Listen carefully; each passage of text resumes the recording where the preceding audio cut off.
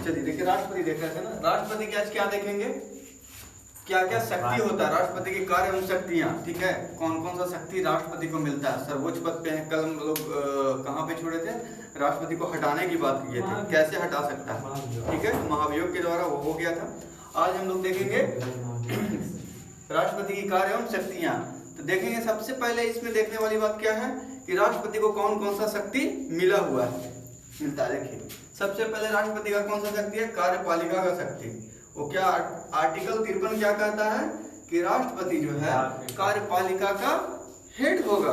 कार्यपालिका का शक्ति सब किसमें निहित होगा, राष्ट्रपति में। अनुच्छेद में बताया था ना, अनुच्छेद 53 में क्या था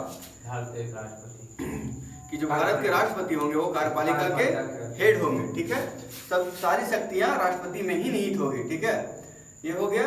अब देखिए एक तो हो गया कार्यपालिका का शक्ति, दूसरा देखिए क्या है, विधायी शक्ति। दूसरा विधायी शक्ति, तीसरा क्या है, न्यायिक शक्ति, चौथा क्या है, वित्तीय शक्ति, पांचवा क्या है, सैन्य शक्ति। इतना सारा शक्ति मिला हुआ है, तो एक एक करके हम चर्चा करेंगे सब पे। ठीक है, कौन कौन सा शक्ति में कौन कौन सा शक्ति मिला हुआ, विधायी शक्ति क्या होता है, कार्यपालिका शक्ति क्या होता है। तो सबसे पहले देखते हैं क्या अनुच्छेद 53 के तहत कहा गया है कि राष्ट्रपति जो होंगे भारत के कार्यपालिका की शक्ति से किसमें निहित होगा, राष्ट्रपति में ही निहित होगा। तो सबसे पहले कार्यपालिका की शक्ति को हम लोग देखते हैं। ठीक है, राष्ट्रपति कहाँ से लिया गया है जी, अमेरिका से। चलिए ठीक है हो गया। ठीक है, तो अनुच्छेद 53 कहता है राष्ट्रपति कार्यपालिका का सर्वोच्च शक्ति इसी में निहित होता है। ठीक है, अब उसको चलाने के लिए कार्यपालिका मतलब पूरा सिस्टम कार्य करने का, पूरा सिस्टम जब कार्यपालिका है तो ये कार्यपालिका को कैसे चलेगा, जब सिस्टम के लोग को नियुक्त कीजिएगा तो सिस्टम में कौन कौन से लोग हैं, कौन कौन सा पद का गठन किया गया, इसका बात देखते हैं। तो कार्य करने के लिए जो पदाधिकारियों की जो नियुक्ति करेंगे ना, कौन करेंगे, हमारे राष्ट्रपति साहब करेंगे। कौन करेंगे, राष्ट्रपति साहब करेंगे।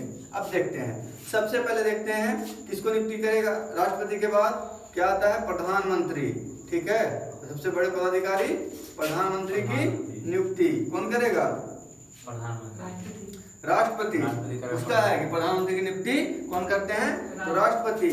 सीएम मतलब कैबिनेट मिनिस्टर, कैबिनेट मंत्री कौन करेंगे, कौन मंत्री करेंगे, प्रधानमंत्री, राष्ट्रपति। ठीक है, ये सबको राष्ट्रपति करेंगे, सबको नियुक्त कौन करेंगे, सबका नियुक्ति करेंगे राष्ट्रपति। प्रधानमंत्री हो गया, कैबिनेट मिनिस्टर हो गया, गवर्नर हो गया, डिप्टी गवर्नर हो गया। देखो यहाँ प्रधानमंत्री आर्टिकल 75 के तहत, कैबिनेट मंत्री आर्टिकल 75 के तहत। अब कहो कि दोनों 75 में कैसे है, तो प्रधानमंत्री कोई अलग प्रधान नहीं है प्रधानमंत्री के लिए, पीएम के लिए, वो भी एक मंत्री ही है, कैबिनेट मिनिस्टर ही है, लेकिन उसका वो प्रमुख माना जाता है। ठीक है, कैबिनेट के अंतर्गत तो कैबिनेट मिनिस्टर के मिनिस्ट्री के अंदर ही आते हैं वो भी। तो ठीक है, पहले प्रधानमंत्री हो गया, उसके बाद कैबिनेट मंत्री हो गए, उसके बाद महान्यायवादी, इसको अटॉर्नी जनरल कहते हैं। ठीक है, आर्टिकल कितना, 76 में है ना। ठीक है, महान्यायवादी एक ऐसा है, देखना, महान्यायवादी एक ऐसे व्यक्ति होते हैं जो बिना किसी के सदन के भी वो क्या कर सकते हैं, सदन में पार्टिसिपेट कर सकते हैं, और वो सबसे बड़े अधिकारी होते हैं। किस चीज का, सदन का नहीं, सरकार का जो सबसे बड़ा वकील होता है, डिफेंड करने वाला, वो महान्यायवादी ही होते हैं। सरकार का केस कौन लड़ेंगे, सरकार के विरुद्ध कभी नहीं जाएंगे, सरकार का ही केस लड़ेंगे। ठीक है, महान्यायवादी ये किसी उच्च न्यायालय या सर्वोच्च न्यायालय में कभी भी जाके अपना काम कर सकते हैं। ठीक है, किसी भी न्यायालय में ही जा सकते हैं, इनके जाने के लिए कोई परमिशन की आवश्यकता नहीं होती है। ठीक है, महान्यायवादी हो गया। अब देखिए महालेखा नियंत्रक परीक्षक, सीएजी, आर्टिकल 148 आर्टिकल देखते जाइएगा, देखिए ऐसे याद होते चला जाएगा, समझे, डायरेक्ट पूछता है। ठीक है, तो 75 में हो गया कैबिनेट मिनिस्टर, और इसमें क्या हो गया, इसमें क्या हो गया, कैबिनेट मिनिस्टर 75 में, प्रधानमंत्री 75 में, महान्यायवादी 76 में। ठीक है, अब देखिए महालेखा नियंत्रक परीक्षक जिसको सीएजी कहते हैं, आर्टिकल 148 में। अब देखिए राज्यपाल और उपराज्यपाल दोनों को नियुक्ति कौन करेंगे, राष्ट्रपति। अब देखिए यूटी प्रशासक मतलब यूनियन टेरिटरी, जो केंद्र शासित प्रदेश होता है उनके प्रशासक होते हैं, वहाँ उपराज्यपाल होता है। या और भी किसी को नियुक्त कर दिया तो कौन करेंगे? राष्ट्रपति करेंगे। सब इन्हीं का पावर है, सब इन्हीं का सुप्रीम है, ठीक है। वित्त आयोग के अध्यक्ष एवं सदस्यों की नियुक्ति, वित्त आयोग के अध्यक्ष एवं सदस्यों की नियुक्ति कौन करेंगे? राष्ट्रपति ही करेंगे।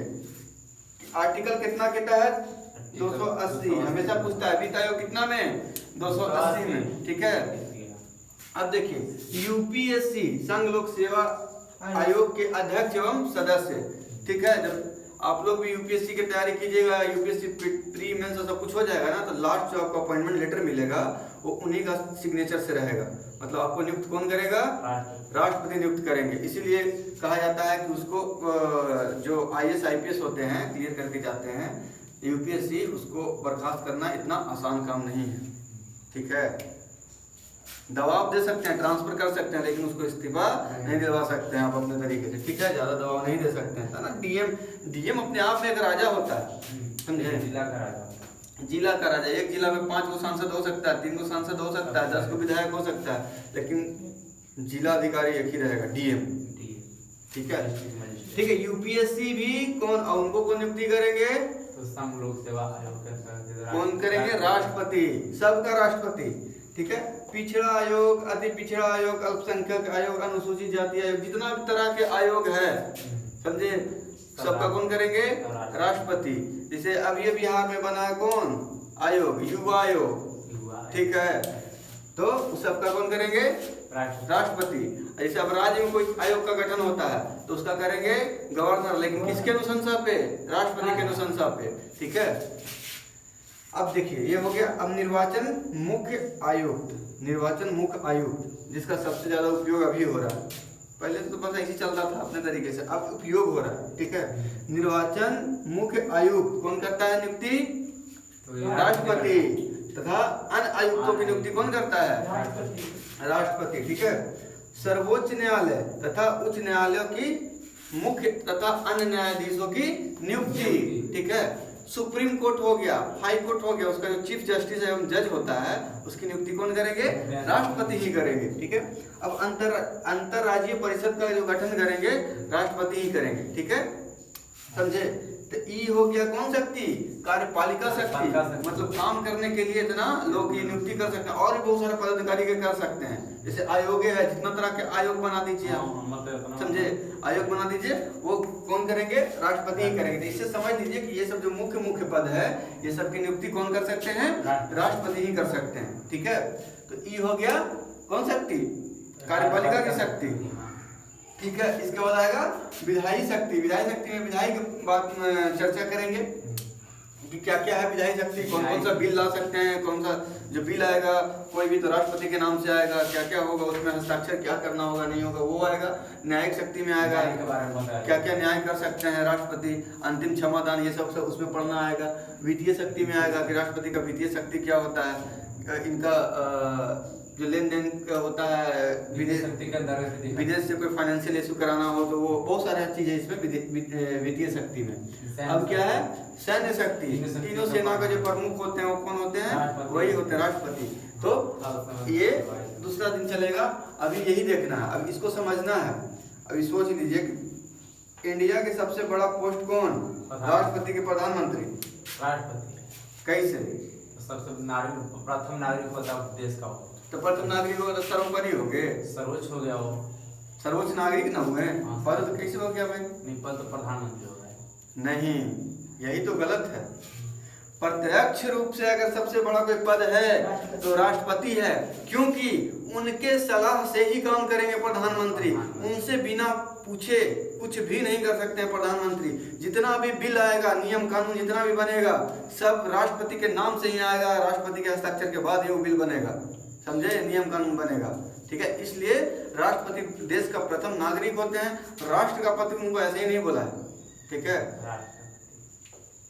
उनका चुनाव का प्रक्रिया बहुत अलग होता है। प्रधानमंत्री एक सांसद होते हैं ना जी, प्रधानमंत्री एक सांसद होते हैं, ठीक है। उनको कुछ सांसद मिलके, बहुदल के नेता मिलके उनको चुन लेगा तो प्रधानमंत्री बन गया। लेकिन राष्ट्रपति के लिए एक अलग चुनाव पद्धति है जो आप लोगों को बताए थे। उसके लिए जितना भी लोकसभा के भी सांसद, राज्यसभा के भी सांसद, विधानसभा के भी सदस्य मिलेगा, तब वोटिंग करेगा, तब जाके बनेंगे, समझे। तो कौन सा टफ हुआ ज्यादा चुनाव? राष्ट्रपति का चुनाव, ठीक है। लेकिन नॉमिनल हेड कौन होता है? राष्ट्रपति। एक्चुअल शक्ति किसके हाथ में होता है? प्रधानमंत्री के हाथ में, क्योंकि फाइनेंशियल ज्यादा पावर किसके अंदर है? प्रधानमंत्री के अंदर, ठीक है। समझ गए? ये हो गया प्रधानमंत्री। अब देखते हैं कैबिनेट मिनिस्टर। कैबिनेट मिनिस्टर के भी गठन होगा आर्टिकल 75 के तहत, ठीक है, आर्टिकल 75 के तहत। बाकी महान्यायवादी ये सब तो बता दिए। महान्यायवादी 76 में आर्टिकल याद करते जाइएगा। महालेखा परीक्षक CAG 148, जैसे देखो 3 लीड के CAG, ठीक है, 3D148, ठीक है। और जैसे दोनों में कंफ्यूजन होता है महान्यायवादी इसमें कि दोनों ये वाला इसमें कर देता है, ये वाला आर्टिकल इसमें कर देता है। तो AG 2 अक्षर क्या है? तो 2 अक्षर वाला यानी 76। और जिया का 7 में 7 एक बढ़ा देता 8 हो जाएगा। हाँ, ठीक है, 3 तक 4। हाँ, ठीक है। फिर राज्यपाल हो गया, फिर हो गया प्रशासक, वित्त आयोग 280, UPSC पिछड़ा जितना भी तरह का आयोग है, निर्वाचन का प्रणाली जितना भी सब उसका करेगा, पदाधिकारी का नियुक्ति सब राष्ट्रपति करेंगे।